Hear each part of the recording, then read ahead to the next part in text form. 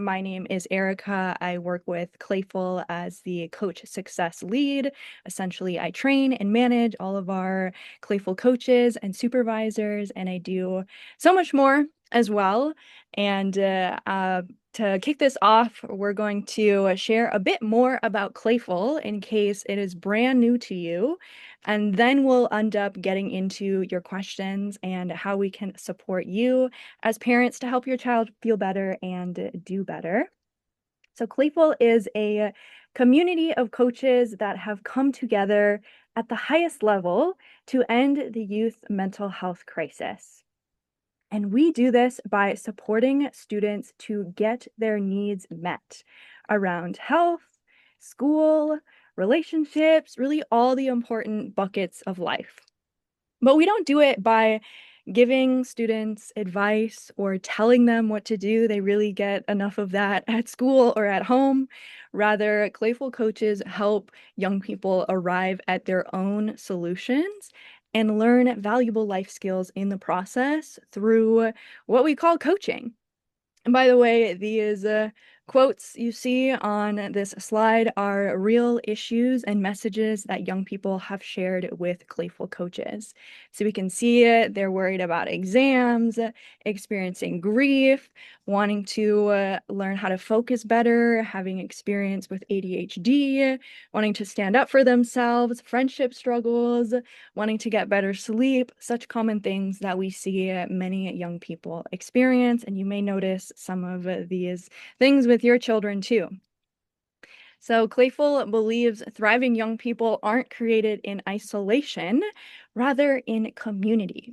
And this is why we have a community of care with real trained mental wellness coaches and operate as an extension of your school's community and family support that young people already have.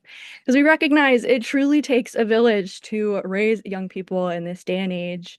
And you can trust that our Clayful coaches are vetted, trained, supervised, and a safe space for your child to get more support.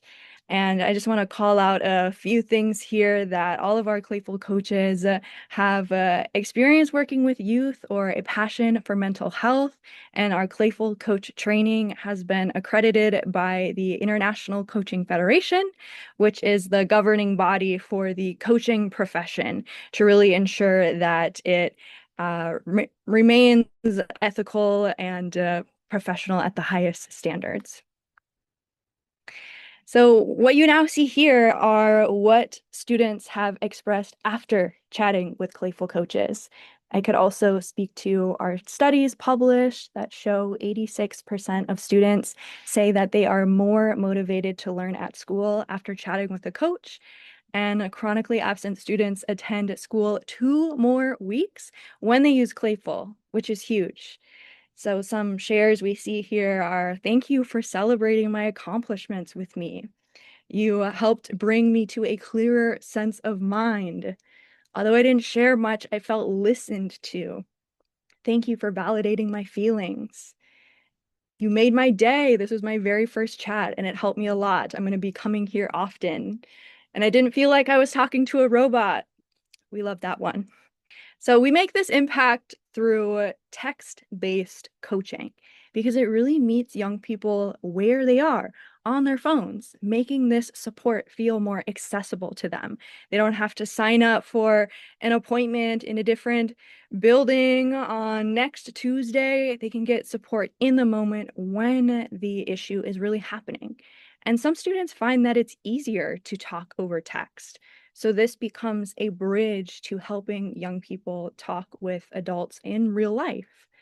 And all of our chats are anonymous and confidential, so coaches don't know who young people are or where they live, and young people don't know who coaches are. And this anonymity is another aspect of our service that makes it feel more approachable for young people to really share some deep and vulnerable things that they may be going with that they may not feel comfortable to share with someone in person or someone who knows them.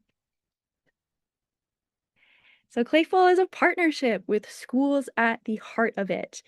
And by partnering with school, Clayful works to create environments where mental strength is proactive, it's accessible, and part of daily life. So we do this by providing our on-demand coaching to young people, as well as different journals and life lessons they can do in their own time or even in a classroom setting. We don't stop with students. We also provide this coaching and wellness support to educators as well, their teachers, so that they can support their own well-being and show up fully for their students, your children who they're teaching. And we don't stop there. We also seek to support our families, providing tools and strategies to help you strengthen connection and communication at home. So, all of this together is really why Clayful is partnering with the Schaefer community and offering this event today to pour into your community and pour into you all as parents. And we really hope that you stick around until the end. We're going to be here for 60 minutes together because you'll get the ability to access Clayful for yourself at the end of our time together today. So, our intentions for you are to answer your questions about how you can help your child feel better and do better. So, we're going to answer your questions from the perspective of our panel. We have our three panelists here who I'll introduce soon. We have me, one of our clinical coach supervisors, and one of our trained Clayful coaches. We're also going to be sharing some actionable tips and tools that you can use this week in your home with your children. And lastly, we really hope that this is a normalizing space. Like perhaps hearing other parents' questions or experiences helps you recognize, okay, I'm not the only one who maybe struggles with this or had this curiosity. We hope to create a space where you can be honest, curious, and really get your needs met, just like the space we create for young people in coaching. All right, next I'm going to feature some Clayful tools that you can use with your children, and then we'll introduce our panel to answer your questions. But I first want to show you where you can input your questions. So on Zoom, on the docket below, if you're on a computer, there should be a Q&A space. And if you don't see it right away, you might have to press the circle with the three dots that says more, and then it should show up for you. So you can input your questions here and they will be written anonymously. You can ask as many questions as you want as we go through the tools and the rest of our time together. As anything pops up, feel free to put it in that Q&A spot. And some of you also submitted questions ahead of time when you registered, and we'll be sure to address those as well. And for this moment, I invite you all to take a little pause and connect to why you decided to show up to this today. Of all the places you could be, and you chose to be here. So we're curious, what are you currently navigating with your teen or your elementary student? What feels challenging, or what do you have curiosities about?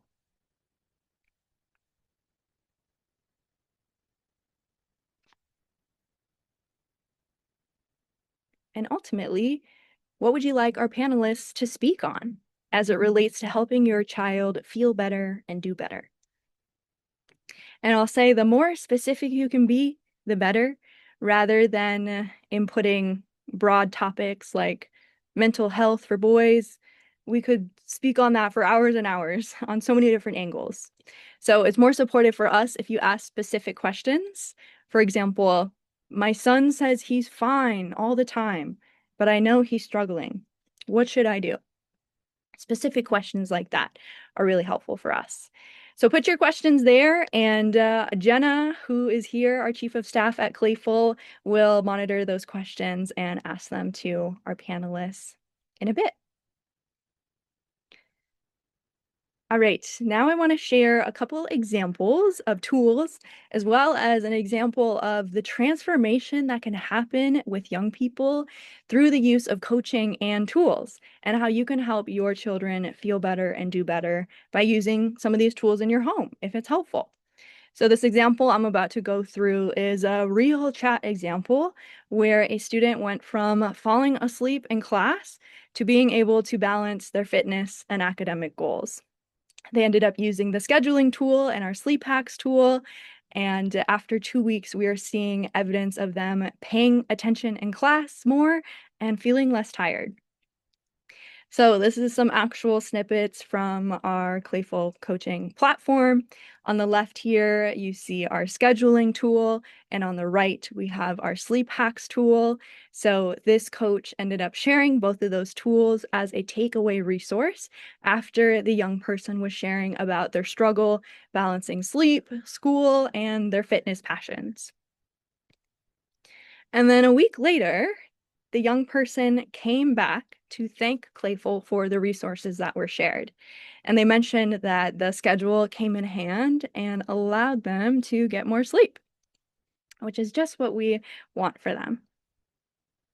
And then the next week, they came back again and continued to notice these benefits 2 weeks later after implementing the scheduling tool and sleep hacks. So they expressed that they are experiencing paying attention in class more and feeling less tired. So now I want to show you a couple of other tools that can be used with your children or your child in your home. So the first one we have are our focus strategies. Sometimes we need to create the environment to focus. We don't magically have focus, although I wish that we could. So these 9 strategies help students to lock in, as they say. And when you might use this tool with your child is if they say that they have a hard time focusing, or maybe they're struggling with motivation, or they feel like we hear this a lot in chats. It feels like I just take too long to do assignments and they get frustrated, or this leads to them struggling to turn in work on time. So if you notice your child at the table trying to do their homework, maybe they're struggling or they're trying to prepare themselves to do homework, you might say, let's walk through what can help you focus better, showing them this tool and asking what focus strategies do you want to try. And by the way, we'll send a takeaway.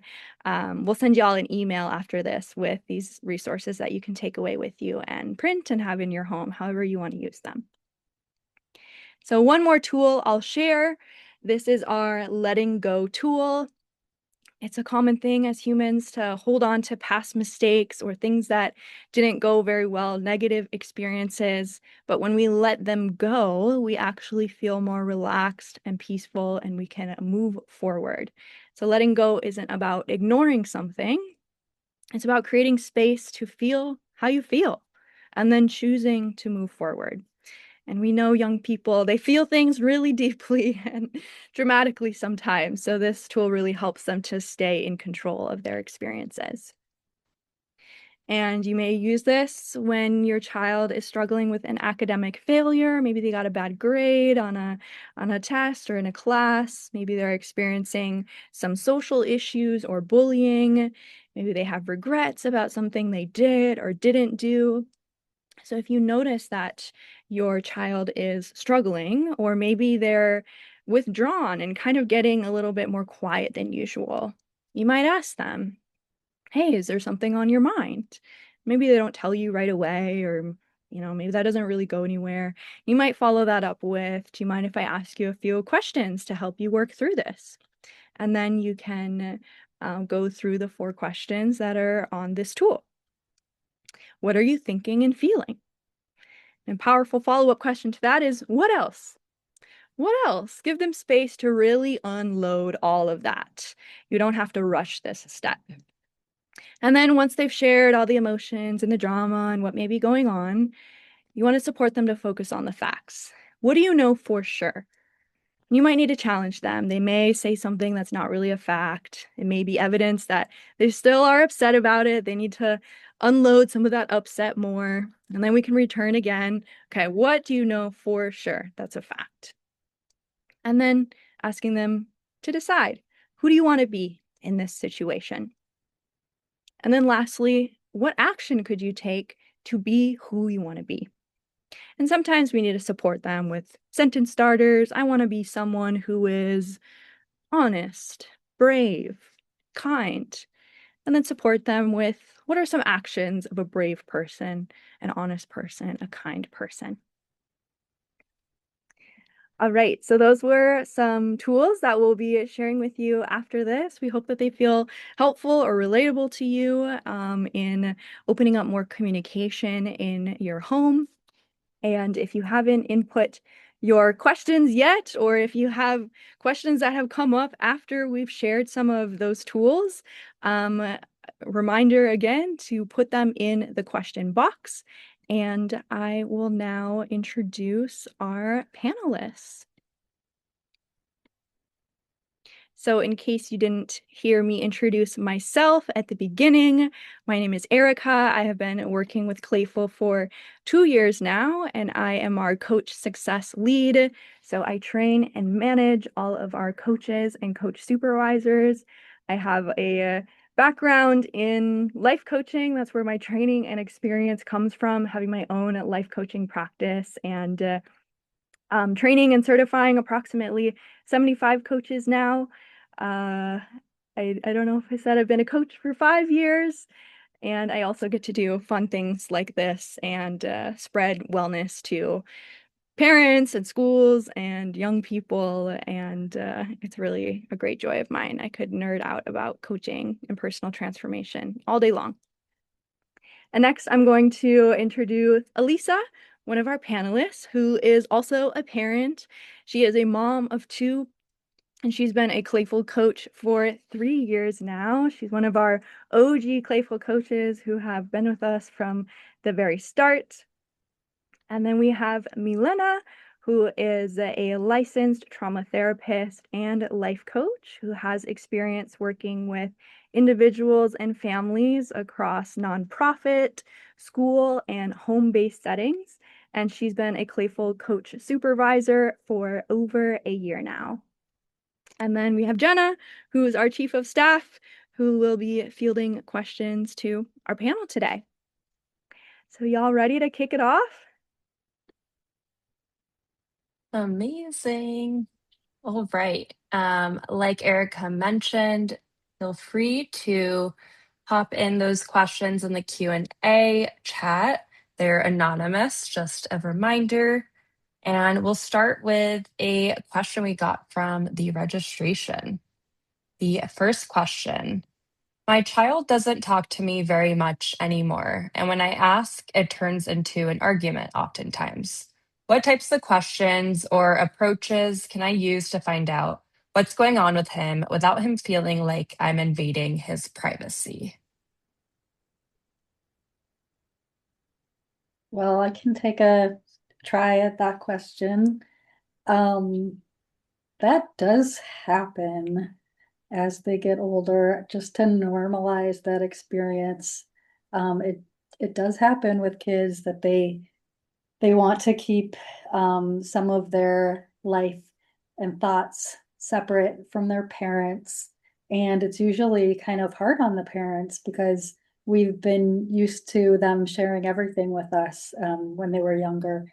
So, you know, I think the less direct questions, like, tell me what's going on in your life, I would probably stay away from. I might focus on setting the environment so that it's not, where you're not directly across from each other, having a back and forth conversation, but maybe doing something side by side, like cooking or, playing some kind of game or even watching TV. Something that's really low stakes. And, you can start off with talking about yourself or talking about something else. And when you find a moment, where they start to share something about their life, I would really be play the role of listener and do some of what we do in coaching, which is reflecting. Basically, you're repeating what you hear them saying, but in different words. So you're validating that you heard them. And it sounds like, well, we actually use that phrase a lot. It sounds like you're having a really great time on your football team, or, it sounds like that teacher is really frustrating to be in that class. So some reflecting and then if it felt like the time was right and the mood was right, you could ask some what we call open-ended questions, which is so you're not looking for a yes or a no or a one-word answer. You're giving the opportunity for your kid to sort of take the lead and describe what's going on for them. And an open-ended question might sound like, um, may think of something that wouldn't be very, too direct. You might say something like, would you be willing to tell me more about, your math class, or what else is going on in there? Something like that, where they have the opportunity to share their thoughts, low stakes, and let it happen as it happens. So it's my 2 cents. There is so much value shared there, Lisa, and I'm just gonna offer a couple more open-ended questions that coaches might ask that parents can definitely steal. You could ask, how did that make you feel? Or when that happened, what did that make you think? Or if they're sharing about a struggle, you might ask, what do you want to happen? Or how would you like it to go? Those last two questions really help to get someone out of a negative space or talking about what's wrong and what's not working into how they actually want it to go. Because then we can actually move towards a positive solution or what they really want. Thank you for your insightful responses. Really appreciate it. Let's move on to our next question. What should I say when my child says they're too tired to get up, but I know they're on their phone or their iPad at night?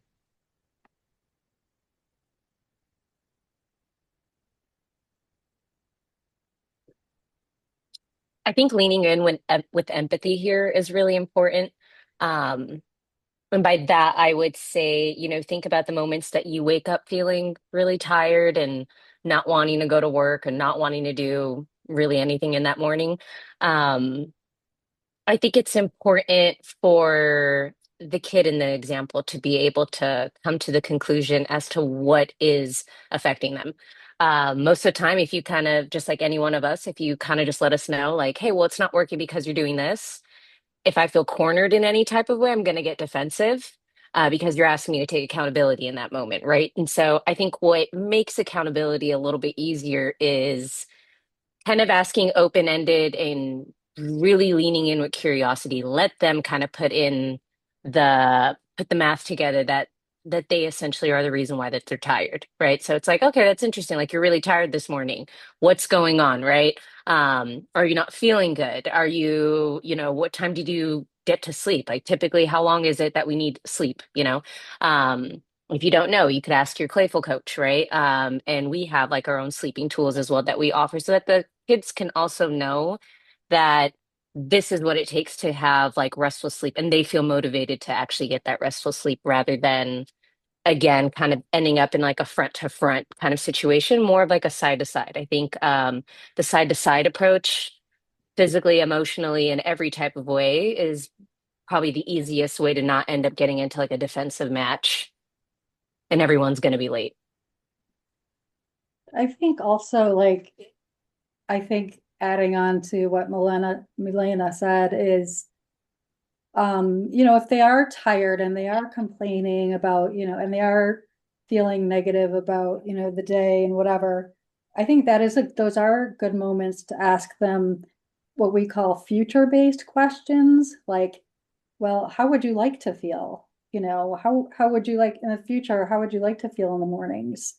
And, have them, kind of articulate their desires and their hopes and their wishes, and then go back to how how do you think you could get there?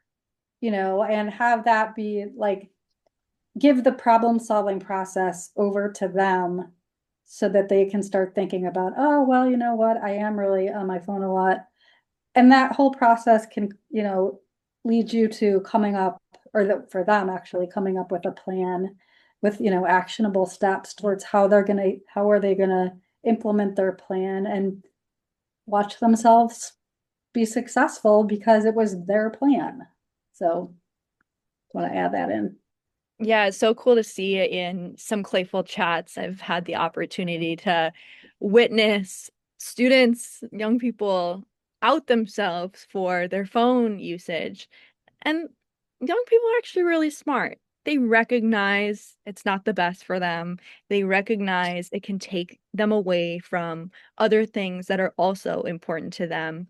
And when we're not in a conversation of reprimanding them or shaming them for how it is, just like Elisa said, they get to come to their own conclusion and take responsibility for themselves. And it's just been so cool to witness in some different examples of, yeah, young people just admitting themselves and then feeling more motivated to change because no one's telling them what to do or what not to do. I love those examples, the side-by-side approach, the sort of taking initiative and having that internal curiosity about what can I do differently. I appreciate those answers. Our next question. We live in a small community. Is there ever a fear of our stuff getting out? Yeah, I can answer this one. um if that's a fear of yours that your stuff, your business, what you share about with Clayful coaches may get out to the community, I totally understand that and that you wouldn't want that to happen. And we can assure you that none of your stuff will ever get out to the community if you choose to use the Clayful coaching platform, or educators in your community, or even your children using the Clayful coaching, because all of our conversations are confidential and they're anonymous. So our coaches actually don't have any information about who's chatting, like what position they're in the school, or what's their name, or any of that. Our admin team does have that information to access if we need it for safety and emergency reasons. But yeah, that personal information is kept in a completely separate database than our chat platform, so that your stuff won't ever get out. And it's something that we hold with high importance, is confidentiality in all of our conversations so that they do remain private and you can have those vulnerable, real conversations without that fear. Thank you, Erica. Our next question is around how does one handle situations when your student says they hate school and don't want to attend?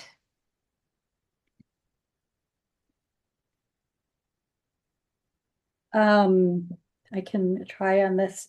So that's actually a common question from parents and a complaint from kids. Um, can you repeat the exact phrase? I hate school. Yes. When students say they hate school and don't want to attend. Okay, so from and um, we don't know what it means yet. So what we would do we would try to, gather some more information about what's going on. And then we would start looking at their feelings. And we have a tool called the feelings wheel, and it's this big and just full of all these words, everything from, I feel ashamed, or, I feel sad, or I feel confused. And we would look at that with kids, or you could look at it with your own kid, and, try to figure out what are some of the feelings that are coming up around school. Um, Even before going into the why, just, what are you feeling? And before even starting to problem solve, like we would put problem solving, this, solving this problem, we put it aside and look at, okay, you're feeling this and you're feeling that. What are your needs? So we have another tool called the needs tool. And the needs tool has, again, it's a huge list of, different words that describe needs. So a kid might say, I really need connection, or I need safety. And any of those needs naming those needs will feel very powerful for your child because it normalizes their experience and they're able to articulate, what's going on inside them, not just externally blaming school. So, for example, say a young person identified, connection as one of their needs. And then we might look at, oh, okay, so maybe there's not enough um happening at school where they feel connected to other people. Are there friends in a different class? Do they not have friends? Do they feel alone? And we would talk about those needs and then start thinking, well, what do you wish it looked like?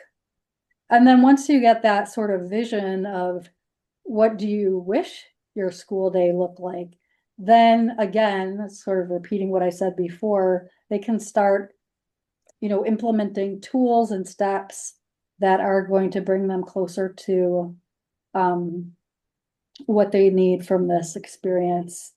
And, there's a real range with that statement. I mean, that statement could mean I had a really bad day today. I hate school. I don't ever want to go back.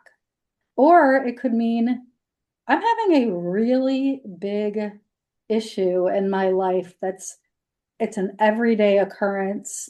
It's painful. I feel ashamed of it. So it's like we would coach to whatever sort of intensity level the young person was presenting with and describing. But there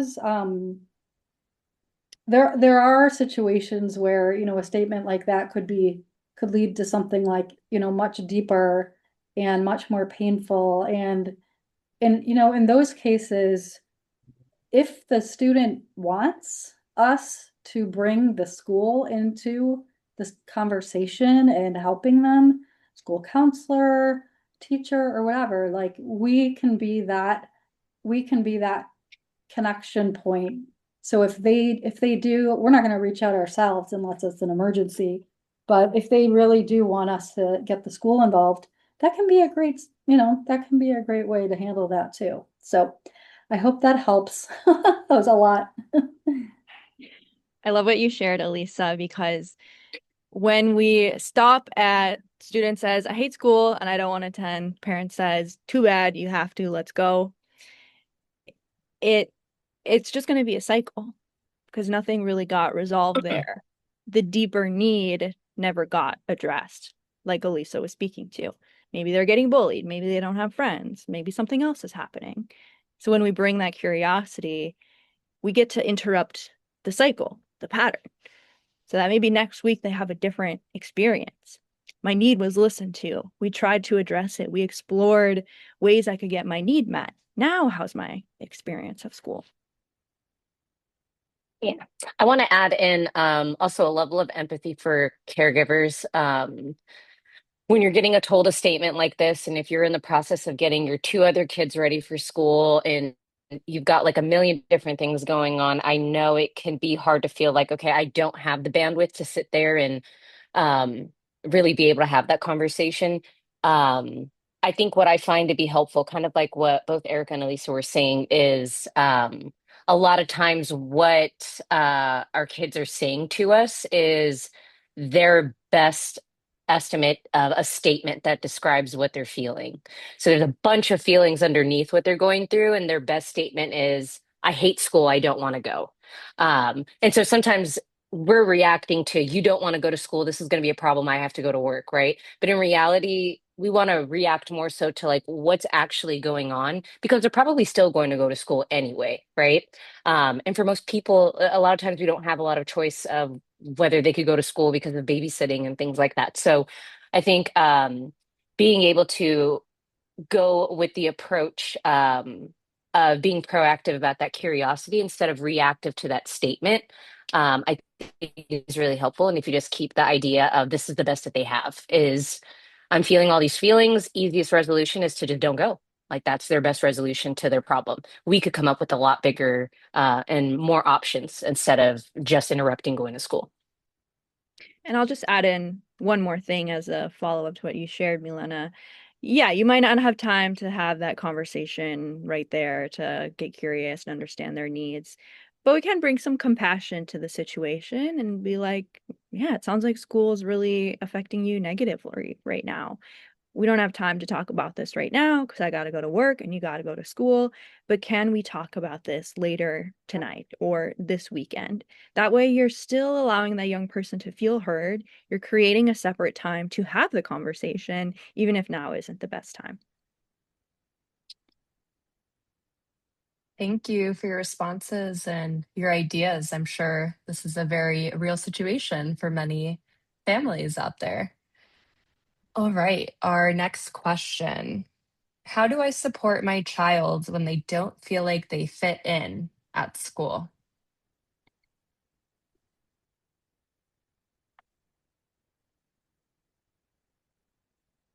Yeah, I really just feel for any young person right now who feels like they don't fit in. That can be such a common experience.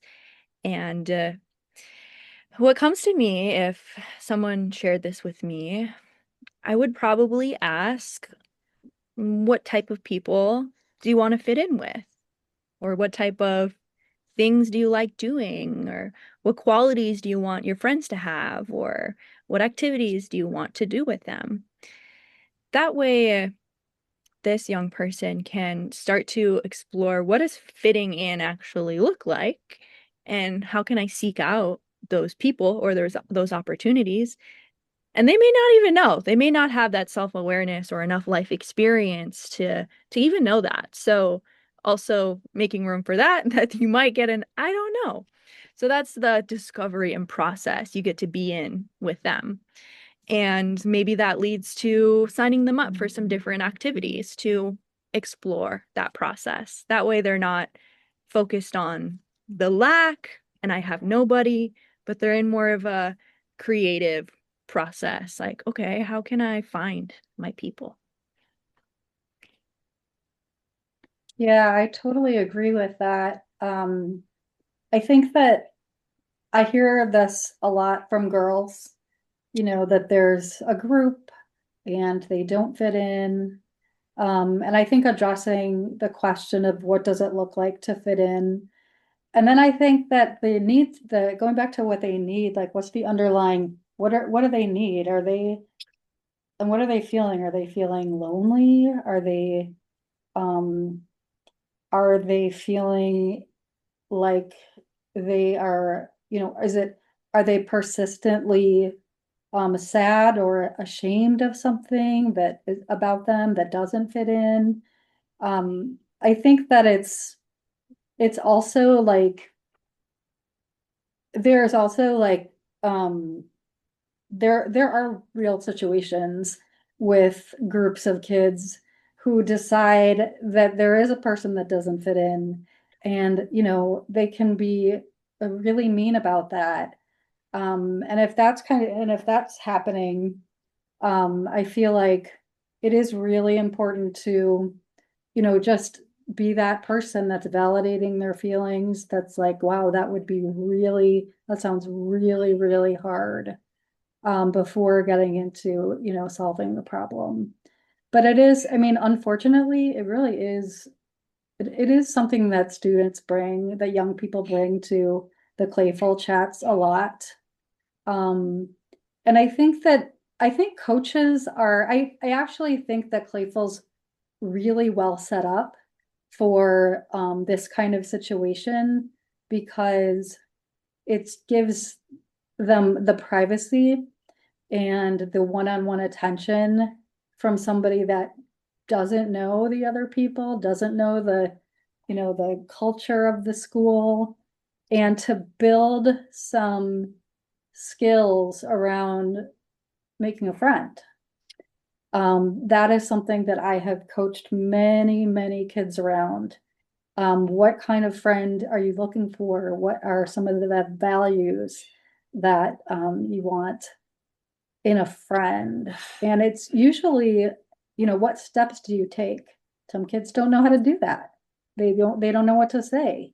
You brainstorm together, like, what can you say? Can you say something like, I like your boots? And, that's it for the day. And then the next day build on that and create a friendship. Because the truth of the matter is, for most kids, just having one friend kind of gets, rid of that whole feeling of like, I don't fit in.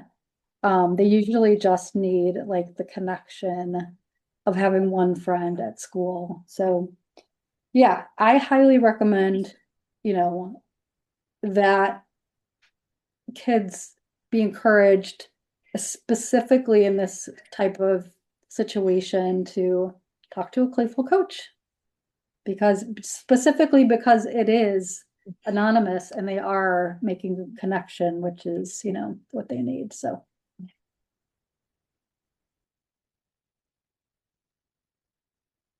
Wonderful. Thank you all. We are going to do a final call. If there's any other questions, please put them in the Q&A. Like Erica mentioned, it's under that more section with that circle and the three dots. So we'll take some final questions.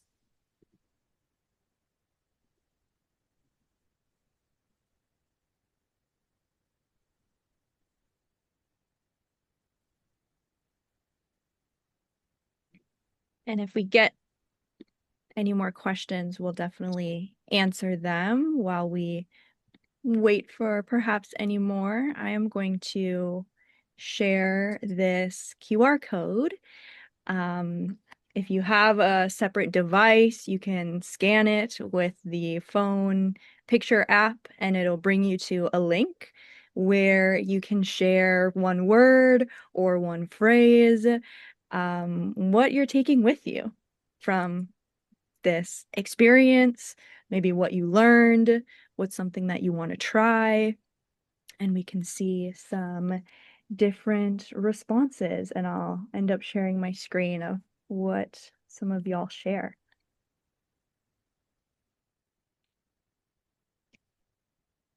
We'll give a couple of moments for you to take a look at that.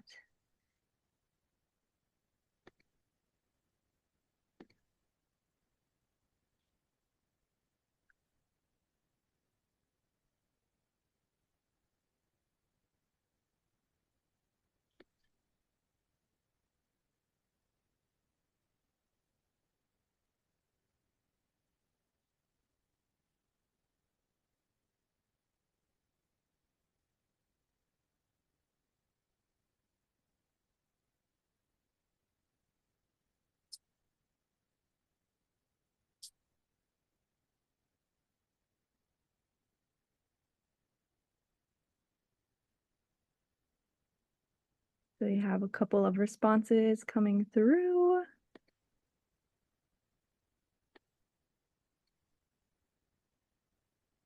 Some of you shared community, discover the need. Yes, such a good one. That was shared many times. Like, no matter what question or issue you're dealing with, if you can always go to what is the true need here, you're gonna save yourself a lot of time and problem solving. So I love that y'all picked up on that one. Feel free to keep inputting. Oh, I see some people are typing. Cool. There's more coming in. Active listening, listening twice, empathy.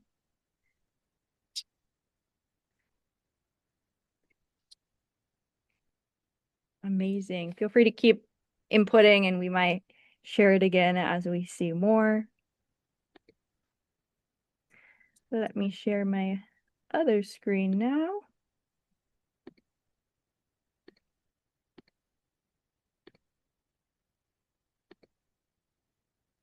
So we hope that you really walked away with some value, as some of you shared that you did.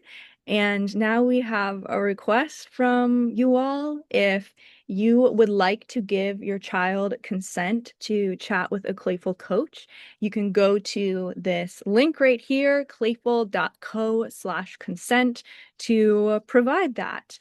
And especially since y'all are from an elementary school, any child who is younger than 13 years old needs parental consent to use Clayful. So we really appreciate you providing that so that your child can have just another layer of support. Like, of course, they have you, of course, they have their guidance counselor and other trusted adults in their lives. And like we shared earlier, sometimes it actually helps to have someone who doesn't know them. It's an anonymous space, it's right on their phones. So that's why Clayful exists, to meet the students and provide support where they may not have that or may not seek it out. So, as well, since y'all are from California, we have the ability to allow your school to get reimbursed for using this wellness service through Medi-Cal.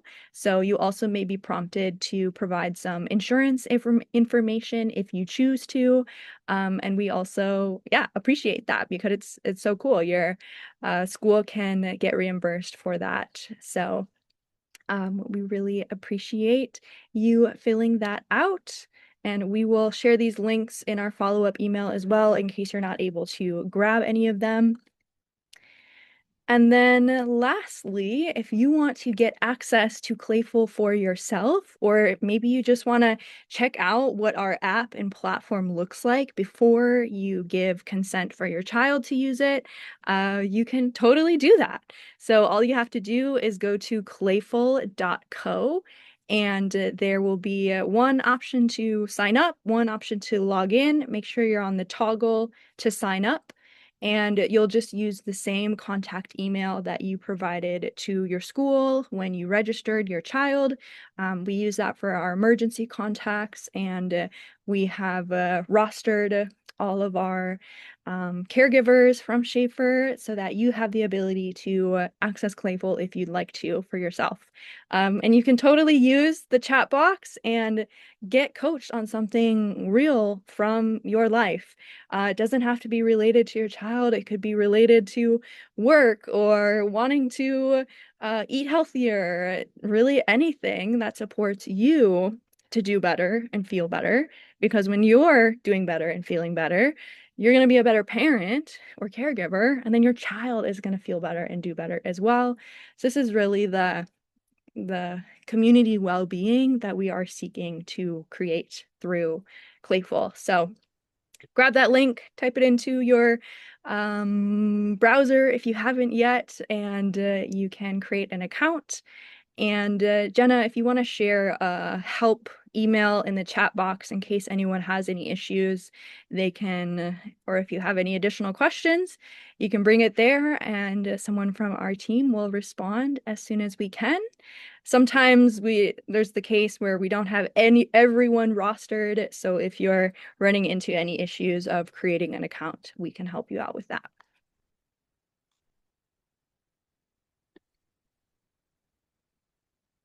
So you can email us at success@clayfulhealth.com if you have any issues. And that's really what we have for you today. So again, we thank you so much for attending and creating this space for yourself. And this just really shows what kind of caregiver that you are to attend something like this, to support your child or children to do better. So we really commend that you're making space for mental wellness. It's really important. So we appreciate you all for that.